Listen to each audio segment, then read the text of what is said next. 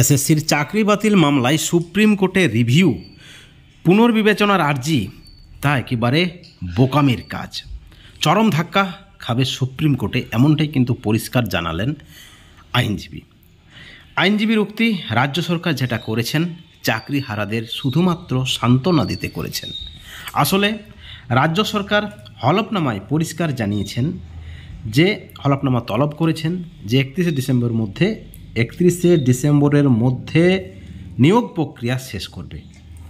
অর্থাৎ এই যে একটা হলফনামা যেখানে রাজ্যের বক্তব্য, তারপরও চাকরিহারারা ভাবছেন যে তাদের চাকরি বেঁচে যাবে বা তারা ফিরে পাবে, কোনো সম্ভাবনা নেই।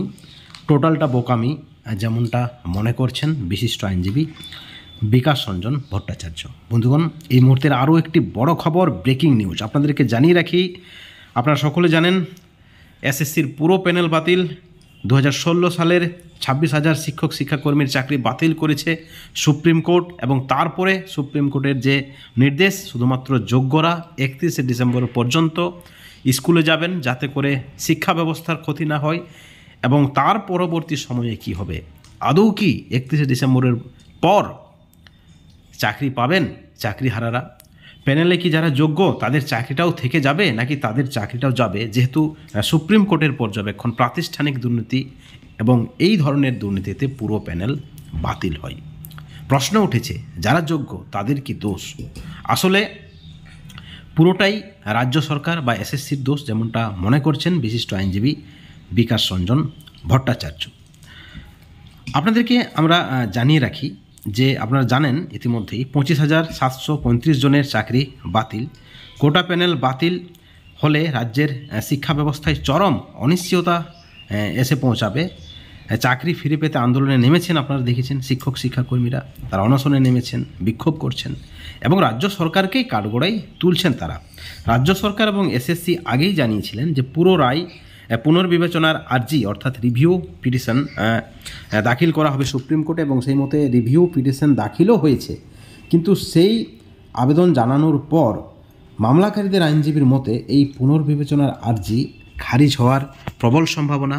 এবং শুধু বিকাশ রঞ্জন ভট্টাচার্য নয়, আপনারা যদি দেখেন অনেকেই অভিষেক মনু সিংভি, কপিল সিব্বলের মতো যারা রয়েছেন তারাও মনে করছেন রিভিউ পিটিশন তেমন একটা সুপ্রিম কোর্টে প্রভাব ফেলতে পারে না, বা রিভিউ পিটিশন তেমন একটা কাজে লাগবে না।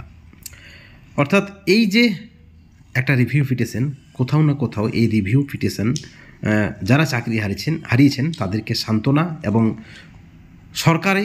সরকারি অর্থের অপব্যয়, যেমনটা মনে করছেন আইনজীবী বিকাশ রঞ্জন ভট্টাচার্য।